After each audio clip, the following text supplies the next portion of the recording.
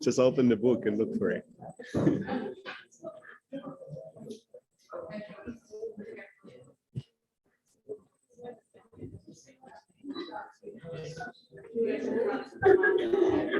Just open the book and look for it.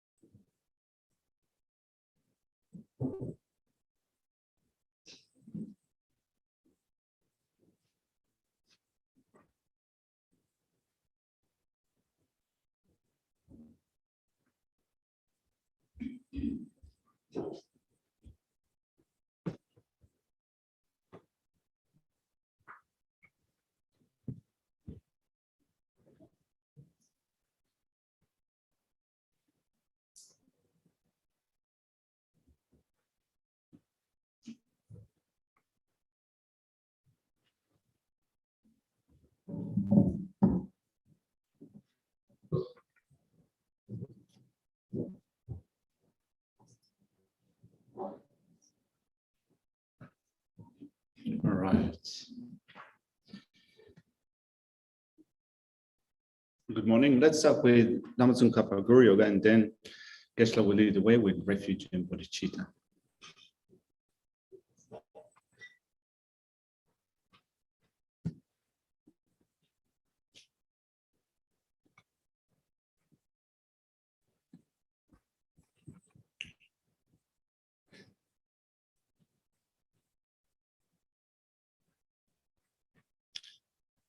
From the heart of the savior of the 100 deities of the Shitta, on a peak of cloud resembling a clump of extremely white, fresh curd, King of Dhamma, Nisan Losan Drapa, please come here together with your sons. In the sky before me, on a lion throne, lotus and moon, my perfect pure Guru smiles with delight. Supreme frame of merit for my mind of faith, please abide for 100 years to spread the teachings. Your holy mind is the intelligence that understands the full extent of objects to be known. Your holy speech with its excellent explanations is an ear ornament of those of good fortune. Your holy body is radiantly beautiful with glory renowned. To you are meaningful to see, hear, and remember are prostrate. Pleasing drinking water, various flowers, fragrant incenses, lights, scented waters, and so forth. Oceans of cloud-like offerings, both actually arranged and mentally emanated, I offer to you the supreme field of merit. Whatever non-virtue of body, speech, and mind, especially those opposite to the three vows that I have collected from beginning this time, I confess each and every one break from my heart. You strive for much learning and practice in this degenerate age, and make your freedoms and richnesses meaningful by abandoning the 8 worldly concerns. Sever, we sincerely rejoice in your extensive deeds. Perfect, pure, holy Gurus on the billion clouds of wisdom and compassion in the sky of the Dharmakaya, please let fall a rain of divine and extensive Dhamma upon the receptacle of those to be subdued exactly as they need. May whatever virtue I've collected benefit the teachings and all transmigrated beings, and in particular may it cause the essence of perfect pure loss and Drapa's teachings to shine forever. Sashiyapo ki jushimeto Ramri Rablingship Nidegen Pali Sangye Shindu Mikte Owa Gildokunamda Shinla Chupasho. For the merits of having offered this mandala to Lama Tsongkhapa and his two sons, may I and my family members and all sentient beings be able to meet, practice, and actualize the teachings of the victorious one, Losang Drapas, where the morality of an eminently pure way of life was courageous and extensive conduct of the sons of the victorious ones, and accomplished the yoga of the two stages of supreme bliss and emptiness. Idam Guru Ratna Mandala Kamniyatayami. By the force of having fervently requested in this way, hollow beams of white light are emitted from the hearts of the perfect pure Father and Sons, and combining into one enter my crown. White nectar, the color of milk, flows on the opening of the tube of white light, cleansing all my sicknesses, spirit harms, negative karmas, obscurations, and the imprints without exception. My body becomes as pure and clear as crystal. So we're going to go down to page 13 and recite the Mixima verse 3 times. Nimetse wete chechen rezi, jime gimbe wambo jambe yan, dubu malo jomze sanweta, kanche kiebe tsumbien tsonga, losan drabe shamla sowade, nimetse wete chechen rezi, jime gimbe wambo jambe yan, dubu malo jomze sanweta, kanche kiebe tsumbien tsonga, losan drabe shamla sowade, nimetse wete chechen rezi, jime gimbe wambo jambe Dobo malu jomze samweda, kanchen kebe tsu bien tsongpa, lo sandra pe shabla sowade. Chodan tsogi chonam la, chanchu badu dani kansu chi, dagi chishni gi pe tsonan, dola penche sangye dopa sho. Chodan tsogi chonam la, chanchu badu dani kansu chi, dagi chishni gi pe tsonan, dola penche sangye dopa sho. Chodan tsogi chonam la, chanchu badu dani kansu chi, dagi chishni gi pe tsonan, dola penche sangye dopa sho.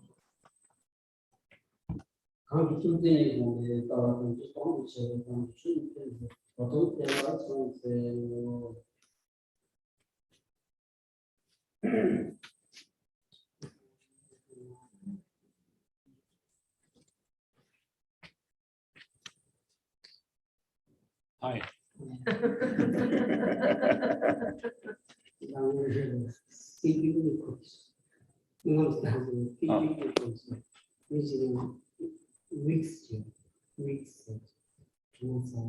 Okay.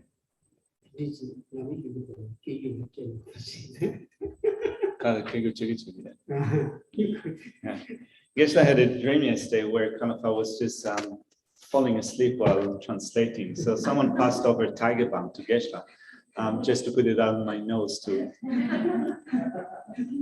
awaken my senses, I reckon. Did it work? No, the knees, that's fine. Yeah.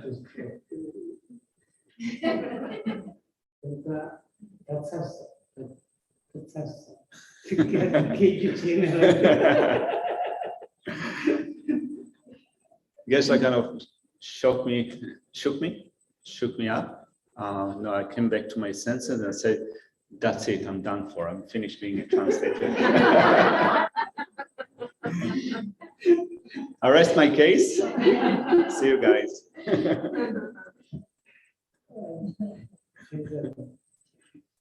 It's pretty awkward, isn't it?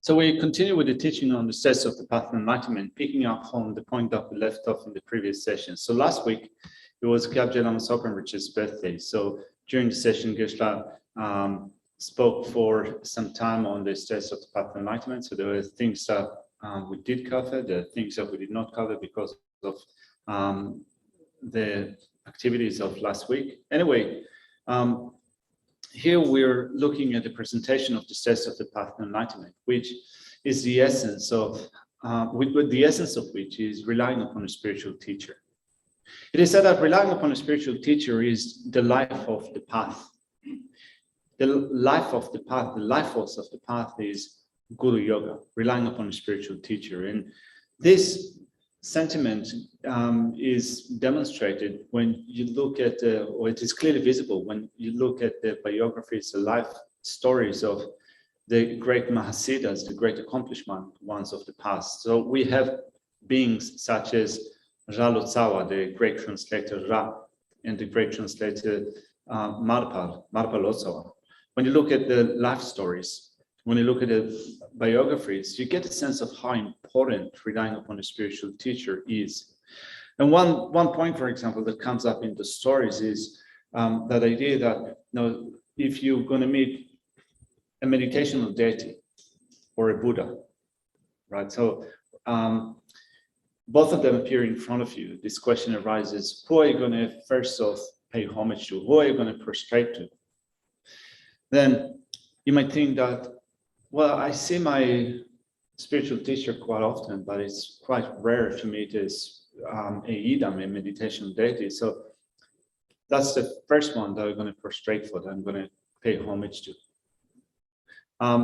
Where in this story, it says that this is a mistaken attitude. This is not the right attitude, because it's kind of this attitude that you can say that puts one spiritual teacher after the meditational deity and so forth, is an attitude that will not bring success or the fruit of our practice.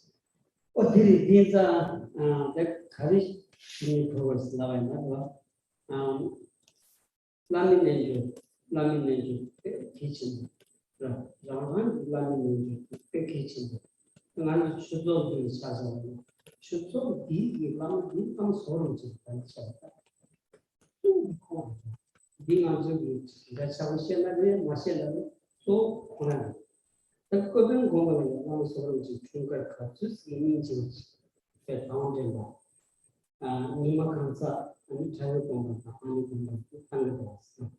그래서 그 먼저 네 자신이가 먼저 나오는 중간에 약간 손짓을 돼. 예서는 야생자만은 좀 추도되기 베이직이 저하는 제어해야 돼. 그러니까 그걸 참아지고 몸이 갔어. 가슴 소리 이거는 뭐니 뭐가요? 참아지고 이거 있어. 그치 쉬는 빼셔. 쉬고는 영어는 쉬고는 중요하지 뭐 참아지고 쓰면서 이 소리지 마신 차를 딱 뺐어요.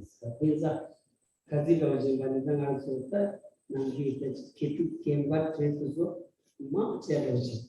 아니 제가 생각 아까 그 찍내나 그게 약간 상상이죠. So the lesson in short the very short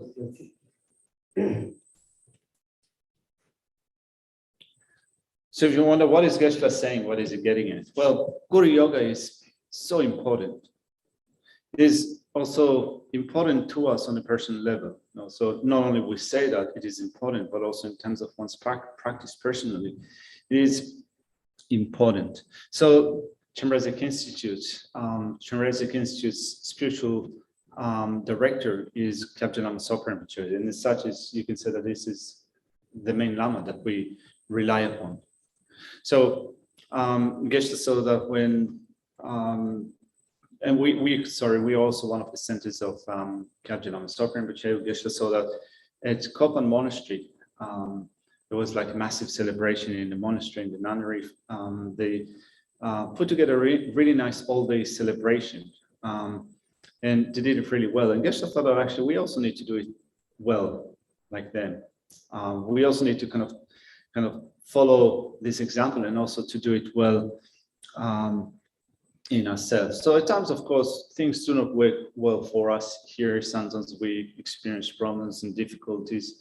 You can say that sometimes, problems arise, difficulties arise because of certain things which do not go well in the system, so to speak. In a sense of when you look at, for example, flowing water, if there's a certain pollution or something that taints the water from the origin of the water will remain polluted, will remain murky. So also in thinking of how we want to cultivate this attitude with respect to not only a spiritual practice, but also the way that we operate here together in the Chenrezig Institute.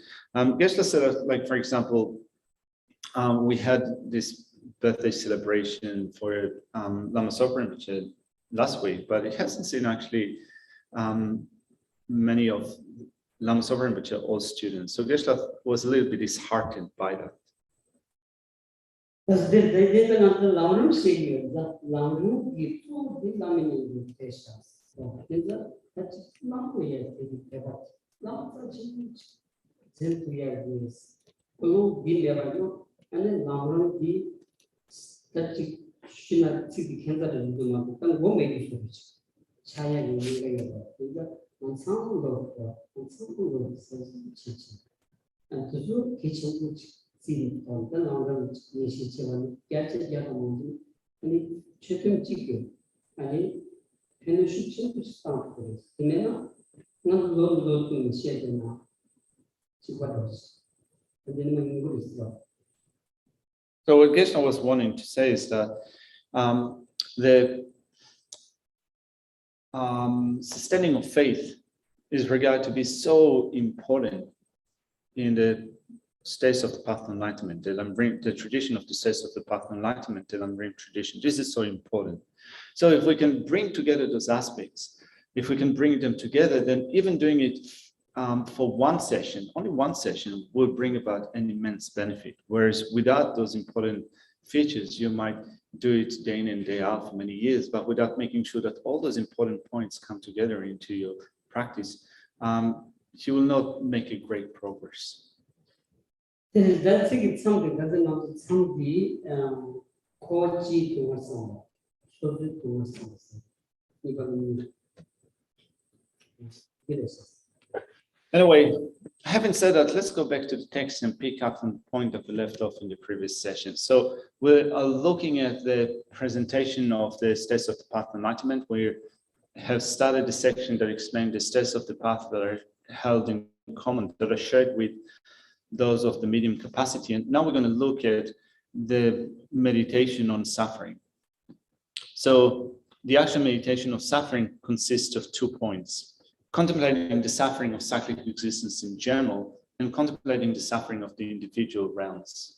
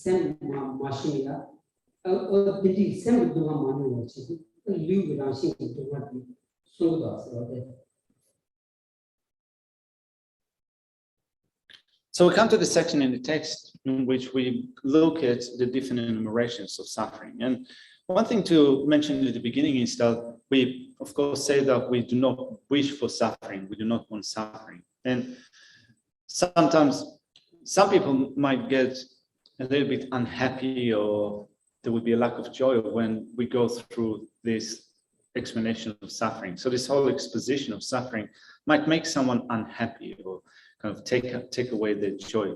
But still, when we think of the purpose here in this context of thinking of the meditation of suffering, we go through so many different classifications or enumerations of suffering in order to understand how all of these arise mainly in dependence upon the body. And this is the nature of the body. So long as we have a body such as this, it will come together with this variety of suffering that we cover. And if we realize it, then when suffering is encountered, we would be able to encounter it with a mind that is not fearful, that is not in terror, an undaunted mind. That will come through understanding suffering. And this is the purpose of going through those different classifications of suffering. So in doing that, we use that in order to transform our mind, in order to develop wisdom, in order to become not fearful when suffering is encountered.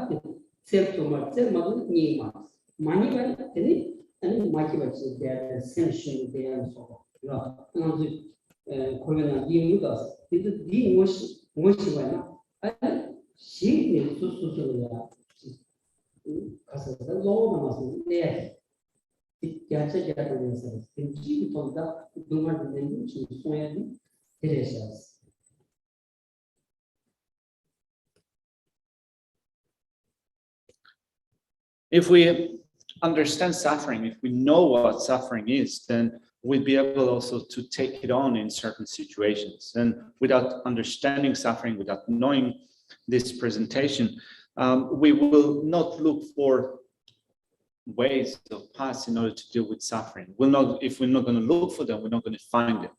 Which means that in situations where suffering is encountered, we might face it with a mind that is discouraged and unhappy. So therefore, in order to make sure that that does not happen, in order to make sure that we generate courage in our mind when suffering is encountered, we go through this presentation of these different types of suffering. This is why we go through this section.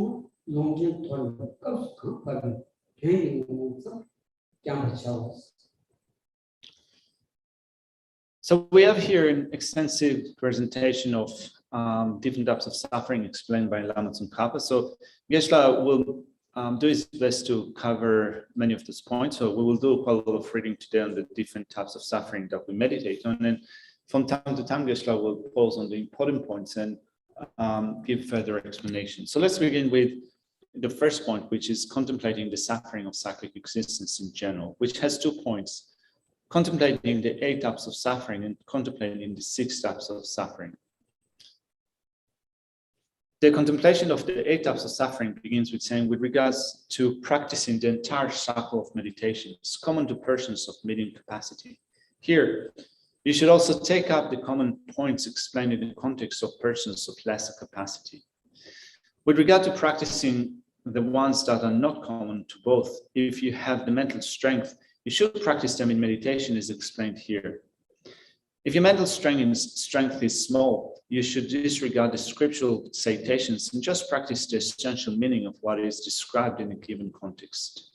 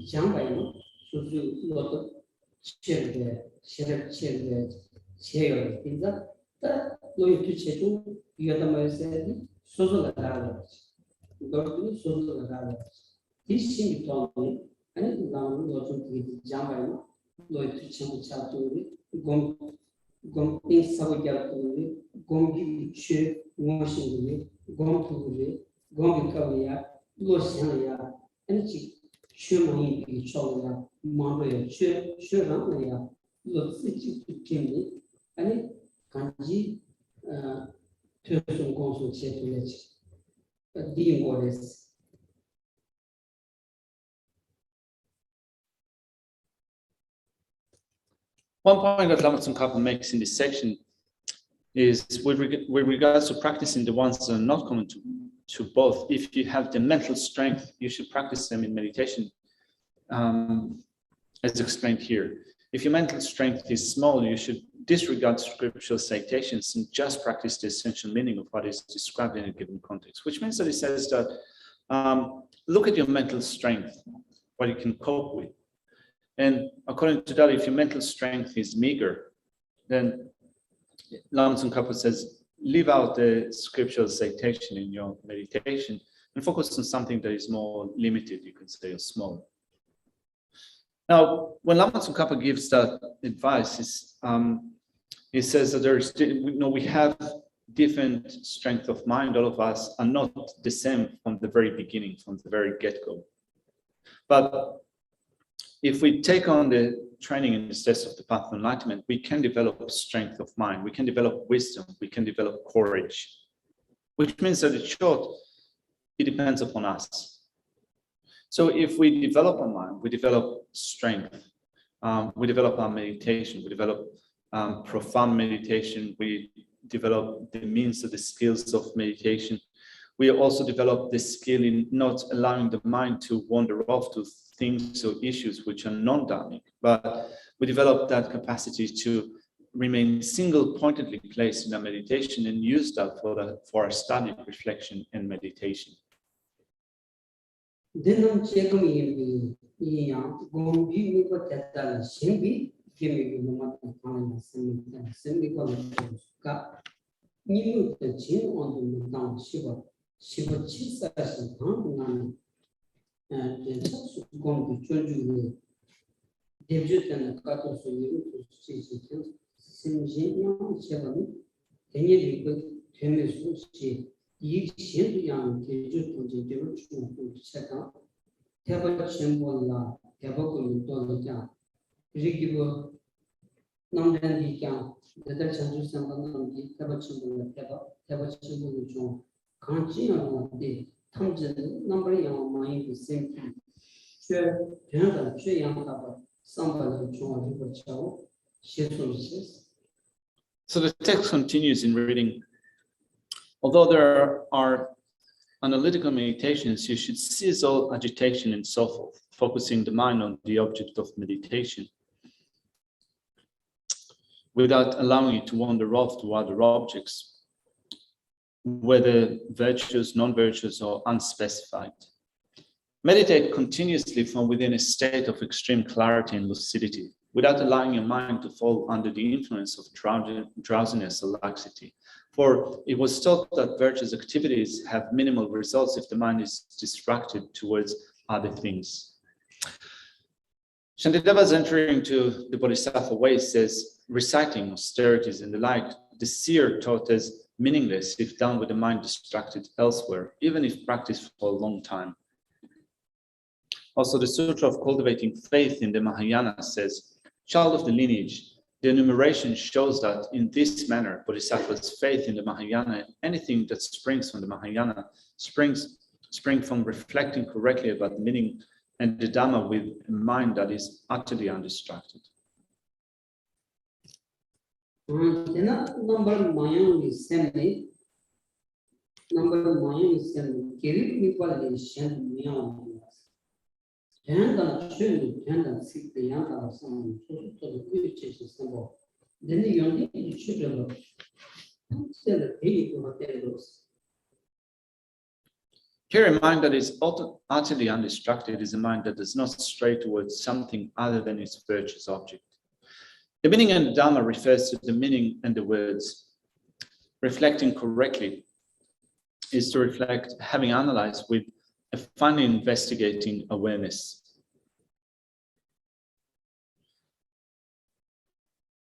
This shows that both non-distraction and investigation are necessary for every accomplishment of excellent qualities. And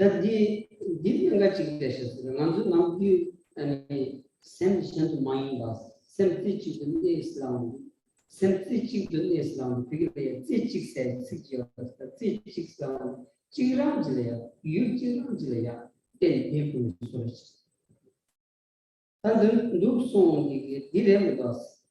Chick said the kind of coach of that, and it give it short together. Me give it short down, the mountain so my give it short, chick to the me, and send my own savings.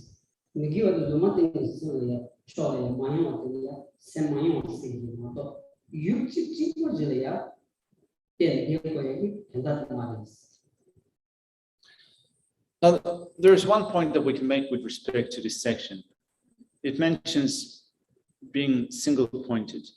Now, we take this single-pointedness to be remaining on one object without being distracted. And often we think about it as remaining single-pointed with respect to only one object. So rather than thinking of being single-pointed with respect to just one object, Geshe reckons that you can also take it to be that you remain single-pointed on the direction of virtue, the class of virtue, which means that you do not allow the mind to become distracted towards things which are non-virtuous or neutral. So rather than taking it to refer to just being single-pointed with respect to only one thing, you can also think about it as being non-distracted towards things which are non-virtuous. only pointing towards the virtuous direction. And that you Julia sent them people Yovana. Chichi, but your question, the Chichi Casa, cover the name of the candidate, that's a chicken daily. This is China, and the not to come see I get over research. Oh, today with us, we give it Cholaya, give it Chocolate agent, and tell you teaching the Tony, and Sheriff change your and she lost singing, coach, only causing the was she lost something Tony, and it sent my chocolate, chocolate 70, they was a day, and the young Sheriff Chevachevano, and it not your converters. In the Shila Song of Kadunia, Shila Song is a big kitchen song. It negative was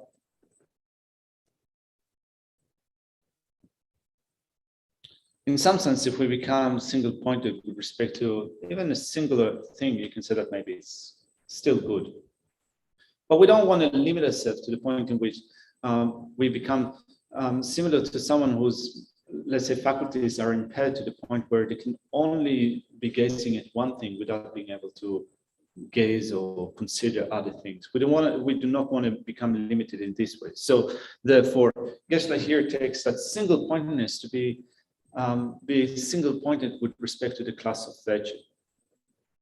And in order to do that, we develop a combination of common abiding and special insight, shamatha and vipassana. So if we are able to prevent the mind from turning towards the neutral or the non-virtuous, to develop that single pointedness with respect to turning towards the virtuous direction or the class of virtue, through the development of a union of common abiding and special insight, then on that basis, we can really develop our intelligence and wisdom. So if we do that, if we do it with a combination of shamatha and vipassana, common abiding and special insight, our wisdom, our intelligence will grow.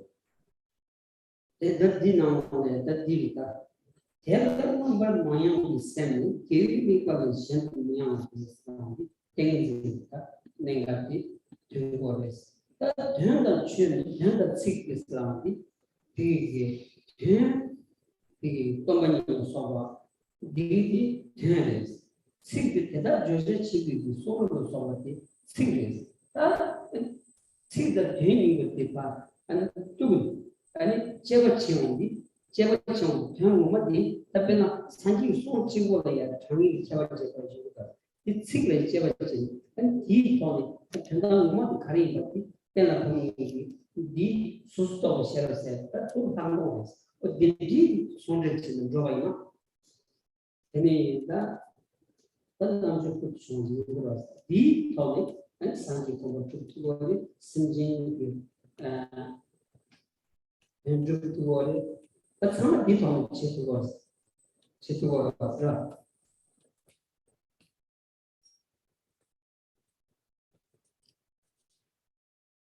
So with that in mind, looking again at this section, it says here a mind that is utterly undistracted is a mind that does not stray towards something other than its virtuous object.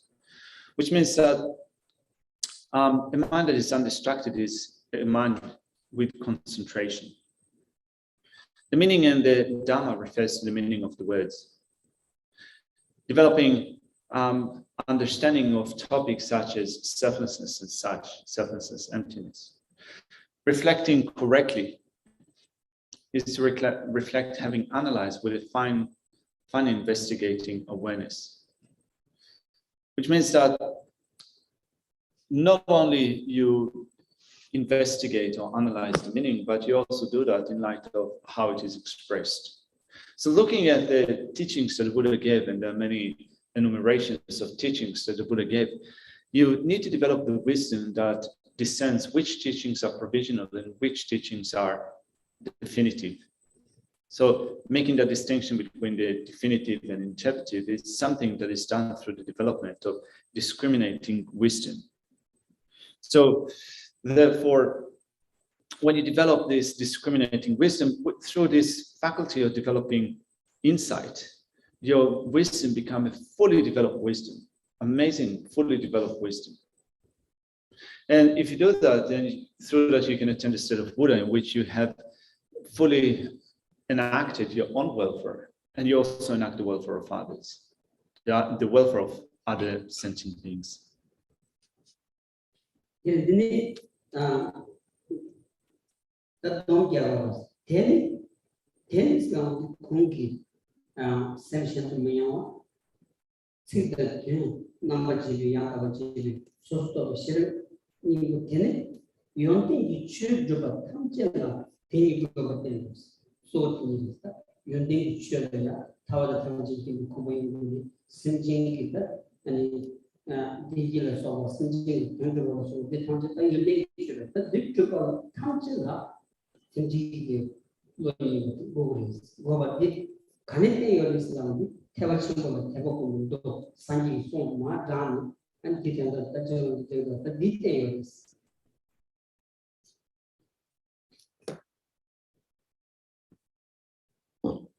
And as it is summarized here in this section, that this shows that both non-destruction and investigation are necessary for every accomplishment of excellent quality. So, therefore, in summary, we need non-destruction, and we also need wisdom that can correctly put together the meaning and the words that express them. And if you can do that, if you develop through that the power of your mind, you can benefit yourself, but you can also enact the welfare of sentient beings to lead them to a state of happiness, which means that you develop those qualities. All of this is shown in, it is said, therefore it was taught for every accomplishment of excellent qualities in the three vehicles. This section of the teachings that teaches that, as Lama Tsongkhapa points out, is in the Mahayana Sutras.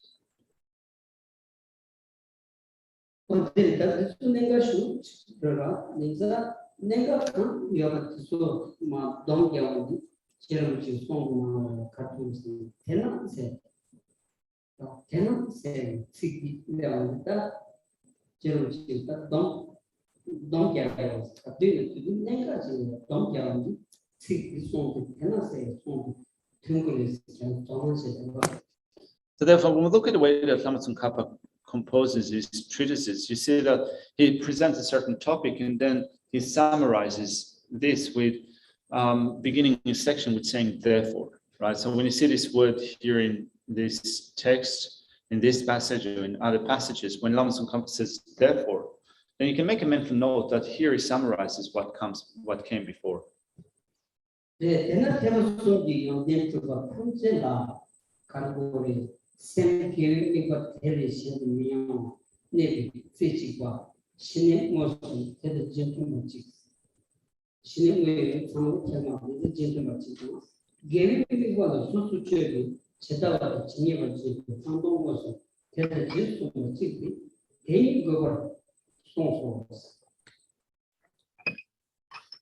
Therefore, looking at the summary, it was taught for every accomplishment of excellent qualities in the three vehicles. Two things are necessary. Actual shamatha, a single-pointed mind that abides on a virtue's observed object without being distracted, or a similitude of that.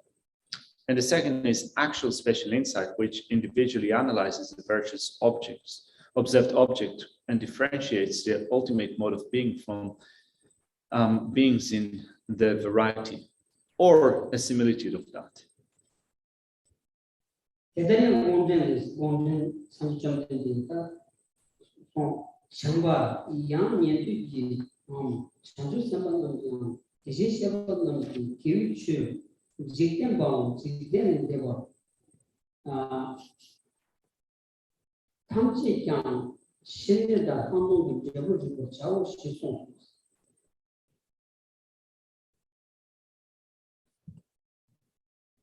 In accordance with that, the Unraveling the Intended Sutra taught by the Buddha says, Maitreya, you should know that all virtuous phenomena are the result of shamatha and special insight, whether mundane or supramundane, and whether of Shravakas, Bodhisattvas, or Tathagatas.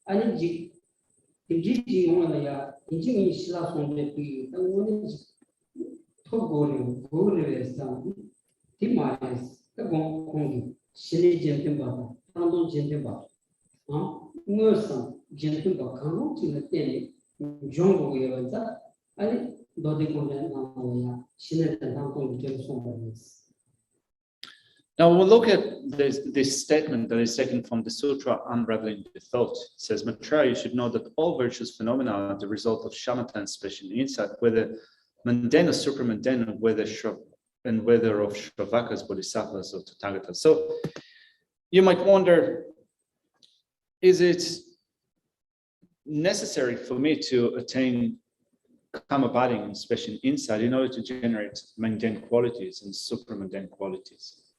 Is it only possible if I generate an actual karma-binding and special insight? Lama Tsongkhapa said in the section before that they arise not only from actual shamatha and actual special insight, they can also arise from a similitude of that. So looking at the text, it says actual shamatha, single-pointed mind that abides on the virtuous objects, observed object without being distracted, or a similitude of that. And the same thing it says with respect to special insight. Actual special insight, which individually analyzes a virtuous observed object and differentiates the ultimate mode of being from things in their variety, or a similitude of that.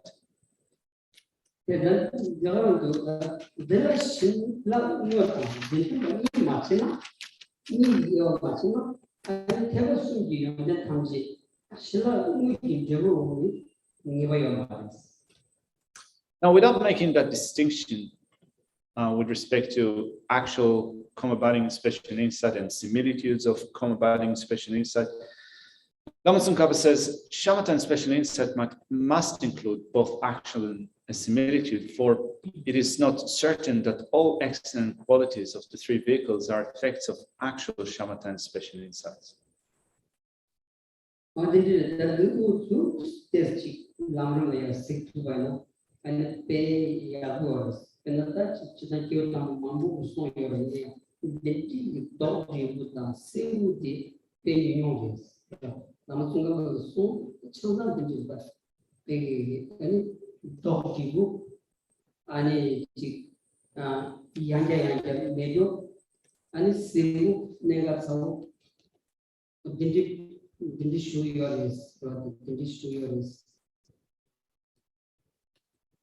Just such a good way that Lama Tsongkhapa puts together this point. When you look at the writings of great masters of the past, it's hard to find such presentations which give you a clear explanation and also an explanation that summarizes the essential points and puts them, you can say, in a nutshell, in a concise way.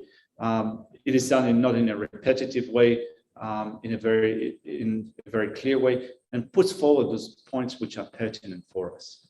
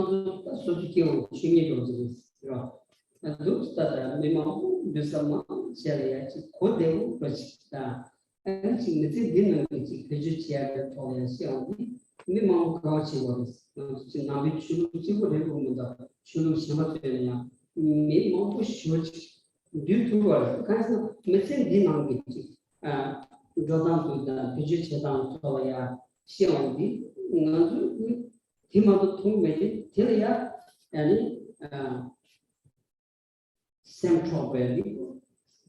And so that you will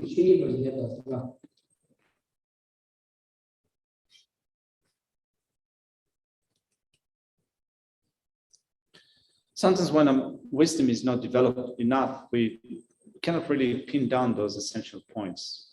Many of those essential points are left out. So of course, it depends upon how far we've developed our wisdom. One thing that to keep in mind is that sometimes our attitude with respect to such texts when wisdom is not developed yet is to look for presentations which are easy, not only easy to digest, practical for this life. So our priorities receiving teachings or looking at teachings that will make this lifetime more comfortable. That would be our orientation. So when you think about this attitude, kind of looking for something that is easy, looking for something that is comfortable, looking for something that will make this life be more comfortable and so forth, this is a natural approach to ordinary beings like us.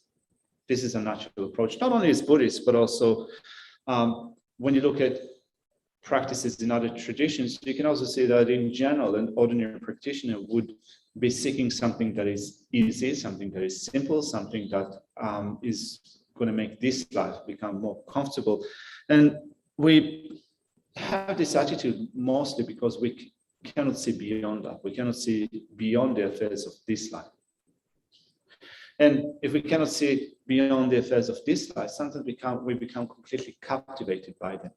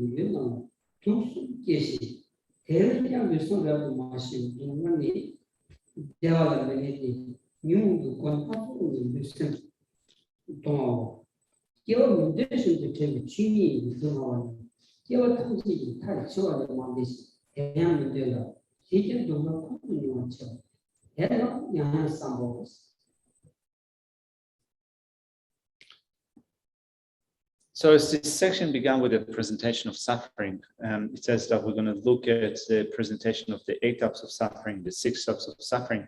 We're now going to begin with a presentation of the 8 types of suffering, and the first one is the suffering of birth. So it says here, contemplating the suffering of birth, the first of 8 types of suffering. Birth has 5 points, so the suffering of birth has 5 points. To begin with, birth is suffering because it is painful. Hell beings perpetually suffering hungry ghosts, beings born from wombs, beings born from eggs, and born with a lot of visceral sensations of pain. Birth is associated with negative tendencies, that's the second, because it is connected with the seeds that produce, sustain, and increase mental afflictions. Birth is unsuited to the service of virtue, and it is unsuited to being controlled at will. Birth is the origin of suffering. The suffering of aging, illness, death, and so forth develop from taking birth in the 3 realms. Birth is the origin of the afflictions. Once you have been born into cyclic existence, the 3 poisons of attachment, hatred, and confusion arise towards objects. Again, because of that, the body and mind are thoroughly unpacified, suffer, and consequently do not abide in happiness. Thus, body and mind are tormented in various ways by the mental afflictions. Birth is suffering because it is in the nature of unwanted separation. It cannot be avoided, and at the end of all birth is death. This is undesirable and causes beings to experience only suffering. Think about these points again and again.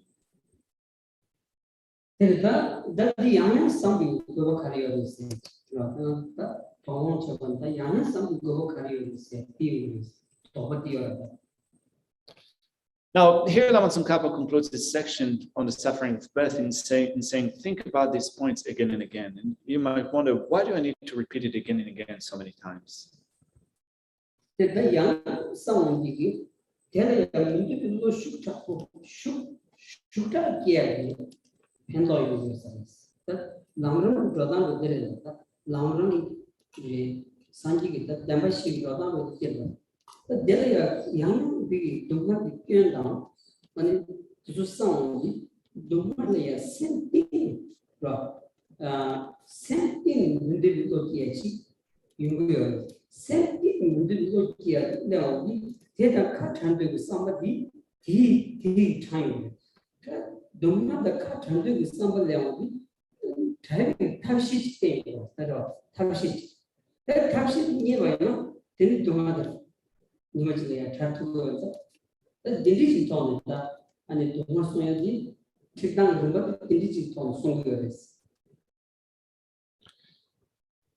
So why do we need to repeat it again and again? Well, if we repeat this contemplation of suffering and again, then this strong wish to not have that will arise in our mind, which is also in accordance with the way that the Buddha taught first of the four truths, beginning with true sufferings. In order to then see the faults of suffering, we think about them again and again.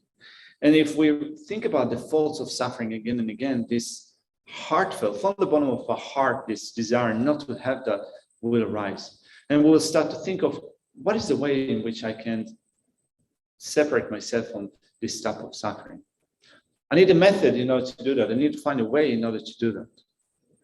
So if we reflect again and again on the faults of suffering, if we continue with that, then one day we will attain a state of separation from suffering.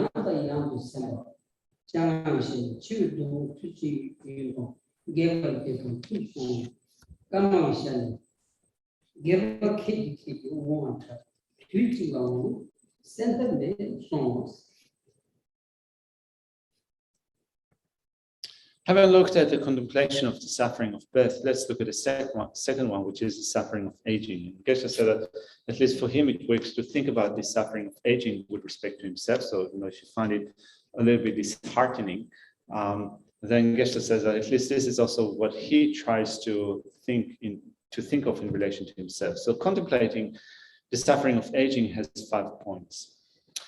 Your attractive body completely deteriorates such that your spine becomes curved like a bow. Your head becomes white like Edelweiss. All right.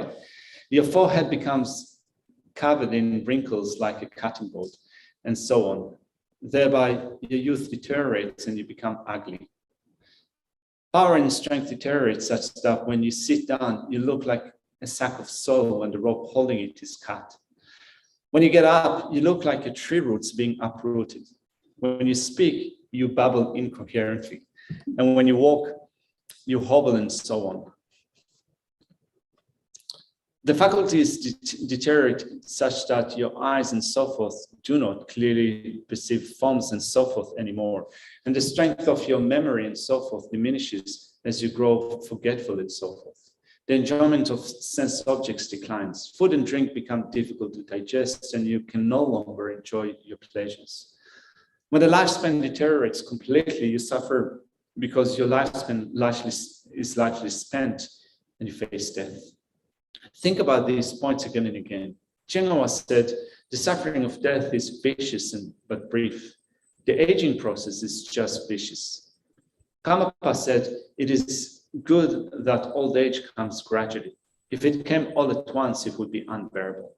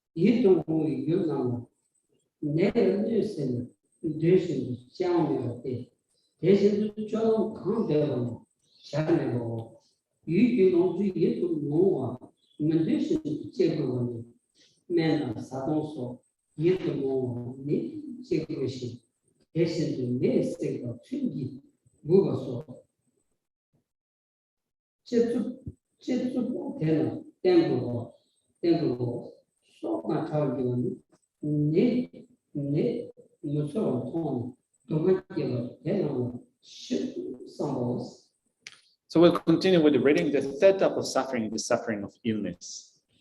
Contemplation of the suffering of illness has 5 points. The nature of the body changes in that the flesh becomes loose, the skin dries up, and so forth. Suffering and mental unhappiness increase such that you dwell in them most of the time. The bodily constituents, water and so forth, become unbalanced and fluctuate wildly in strength, producing pain in the body. That in turn causes unhappiness in the mind both day and night. You lack the wish to enjoy pleasant things.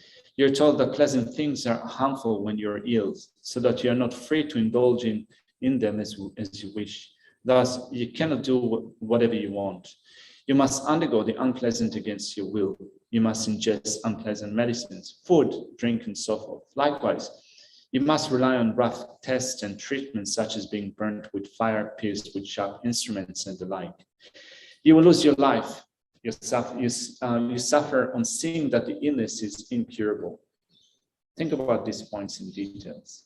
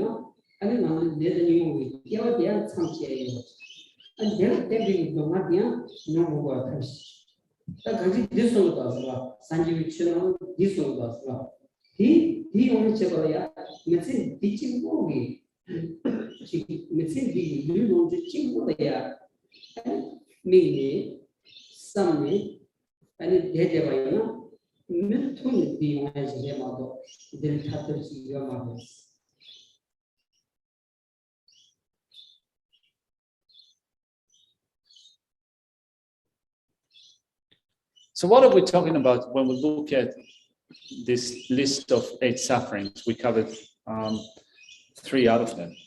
Well, we're looking at the faults of samsara. And you might wonder, if we're speaking about the faults of samsara, what is samsara? Well, samsara is birth under the control of karma and afflictions. So independent upon karma and afflictions, we take a birth. So if you wonder, is there something that I can do about it? Is there a method that I can use to prevent me from being born under the influence or under the control of karma and afflictions? Well, what we can do about it is to eliminate karma and afflictions. And this is what the Buddha Dharma is doing essentially. It's teaching us how to eliminate karma and afflictions so that we will not be compelled to conjoin once again with a birth that is under the influence of karma and afflictions. We will not be forced to the moment of conceptions, which is contingent upon karma and afflictions. So, in order to do that, we need to eliminate karma and afflictions. But so long as we continue to become infatuated or to become completely engrossed with whatever we can get in this life, the enjoyments, the necessities or utilities that we have in this life, we will continue in this way. We will not become separated or free from cyclic existence.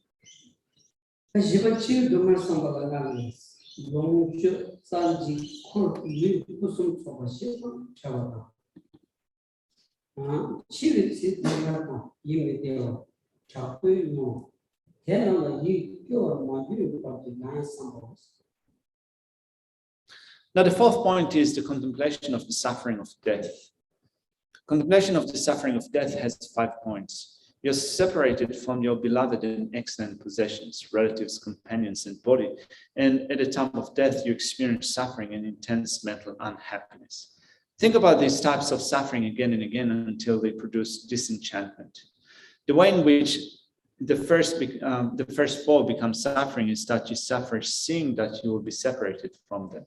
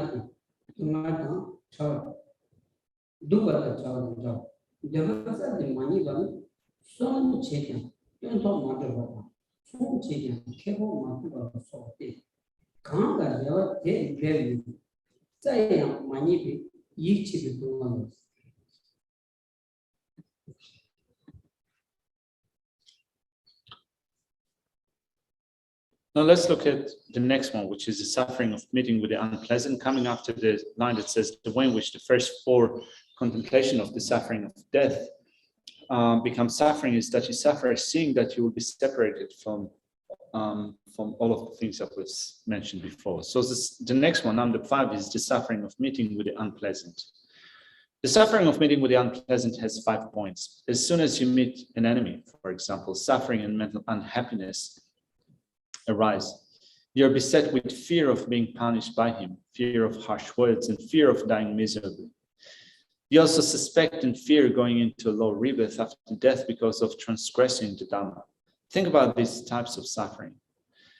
Next, number 6 is the suffering of separation from the pleasant. The suffering of separation from the pleasant has 5 points. When you're separated, for example, from a dear relative, sorrow arises in your mind. There is lamentation in your speech, your body is harmed. Your mind is tormented by the memory of and desire for the excellent qualities of the object, and you miss the pleasure of it. Think about these types of suffering. Next is the suffering of seeking what you desire and not getting it. The suffering of seeking what you desire and not getting it has 5 points that are similar to those associated with separation from the pleasant. Seeking what you desire but not getting it means that getting what you have been hoping for, despite your effort in seeking it, is such that such as doing farm work but not reaping a harvest, and doing business but not accruing a profit. This is the suffering of disappointment.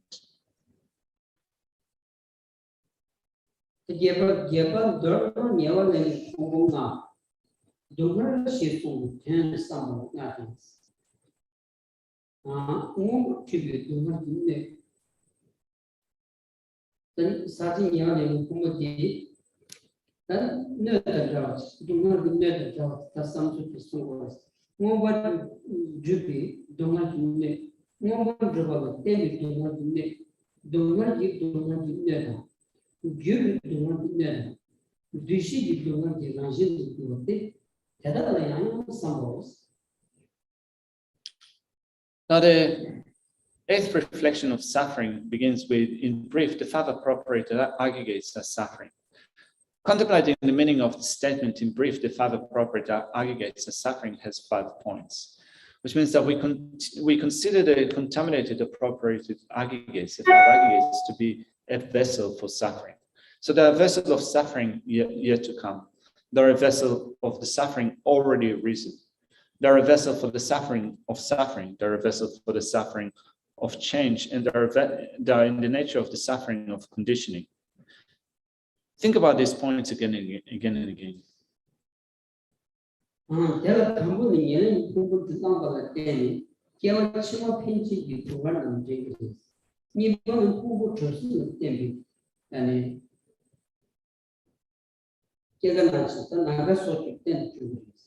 Somebody Shilon don't Niguti, naming Chesuji, Denny. Now, you put troops on the Dushit, laying on me sound to Dushit, Dushit, you chairs. Never Kumbu Ranjin call like God, Sigmatina, and you're doing the chairs of this. Here, the first point is that the suffering of the next rebirth onwards are induced and depends upon the appropriation of the aggregates. Second, the present aggregates become the basis of illness, aging, and so forth, which means birth, sickness, aging, and death, and so forth, which depend on them. The aggregates give rise to both the third and fourth types of suffering due to the relationship with the negative tendencies of each. Fifth, actually, let's stop here. Yeah. That's all.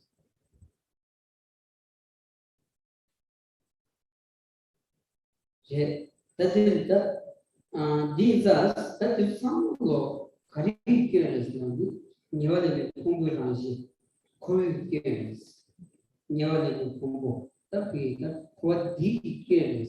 The D can be the Yahoo Chimato Pardo. The curriculum Yahoo Chimato Pardo, and the children said that you must say that. Tarot some said it.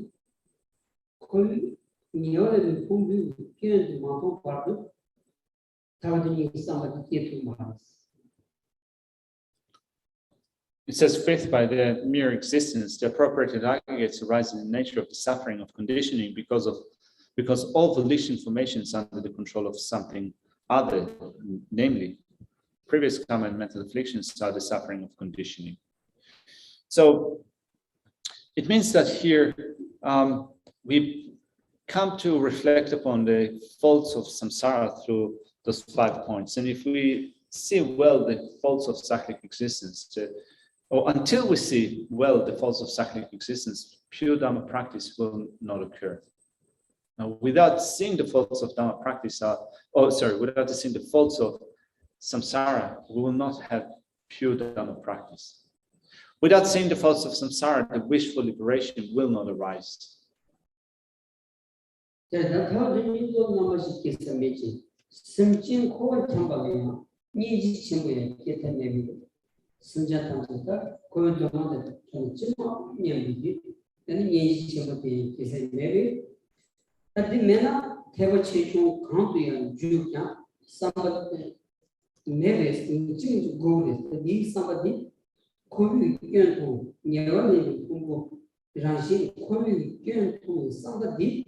And it have a change will be long originally and do somebody should catch this.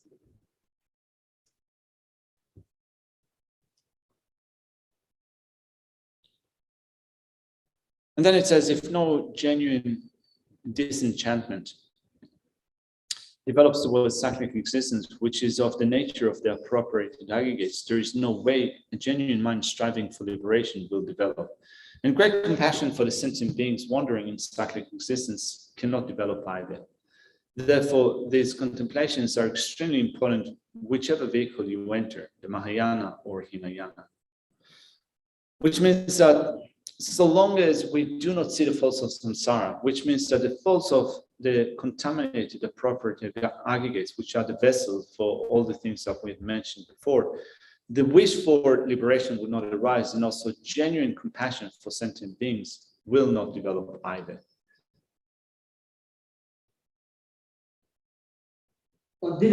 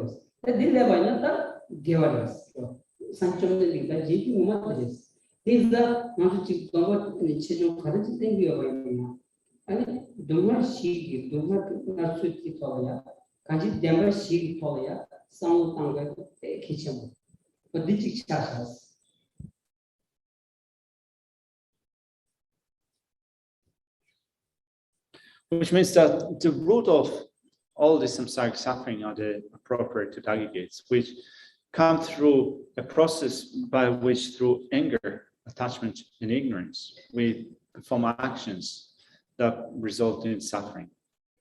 So through understanding that mechanism by which that we have the appropriate aggregates, which arise through the process of anger, attachment, and ignorance, that cause us to accumulate karma actions, which result in that. When we understand that, we become, you can say, disgusted with this process. We become disgusted with karma and afflictions, which means that this natural dislike that arises in our mind for that process, and we kind of wish to not have that anymore. And through that, we then come to put a stop to the process, so that even if you can say that you would be disinclined to follow it, through that understanding of the mechanism by which you end up experiencing such suffering, you will be drawn towards putting a stop to it. So it means that you will come to take up ethical discipline. You will take up ethical discipline that shuns non-virtues. You will take up the ethical discipline that abstains from the 10 non-virtues, such as killing. So it means that you will take up a certain code of conduct, certain rules or guidelines, which are going to be something that you're going to naturally do because of your understanding of the process by which, through anger, attachment, and ignorance, you accumulate actions that result in suffering. So this process, in short, is encapsulated in the word Tsultrim in Tibetan, which means ethical discipline. So Trim is rules or guidelines. That's the second syllable in the word Tsultrim.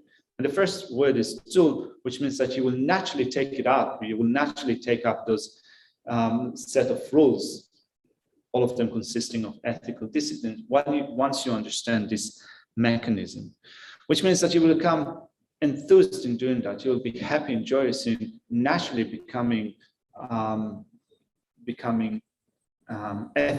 ethical person, abiding by your ethical discipline. That will all come through an understanding of suffering. And for that reason, this section is really important. So thank you. So we'll leave it here for now.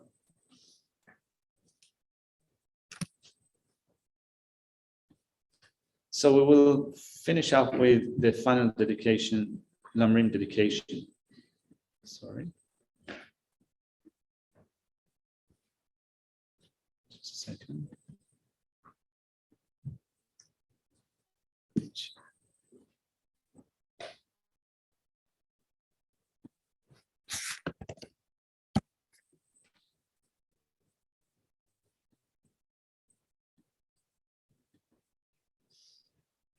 For my two collections, vast space that I've amassed from working with effort at this practice for a great length of time, may I become the chief leading Buddha for all those whose minds' wisdom eye is blinded by ignorance.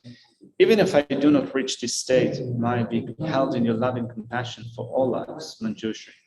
May I find the best of complete graded parts of the teachings, and may I please all the Buddhas by my practice.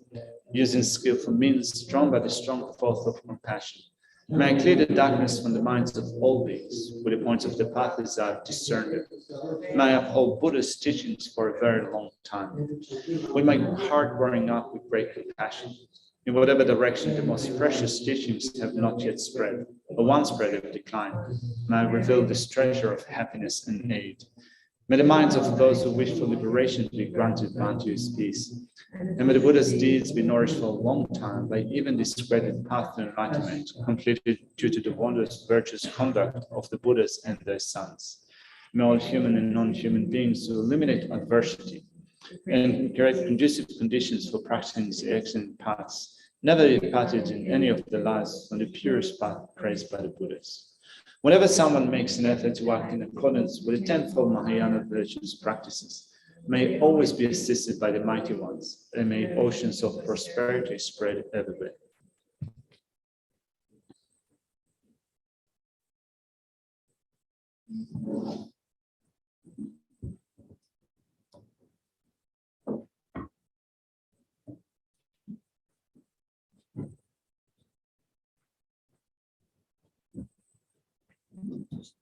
No. Pode diavolo lá dentro.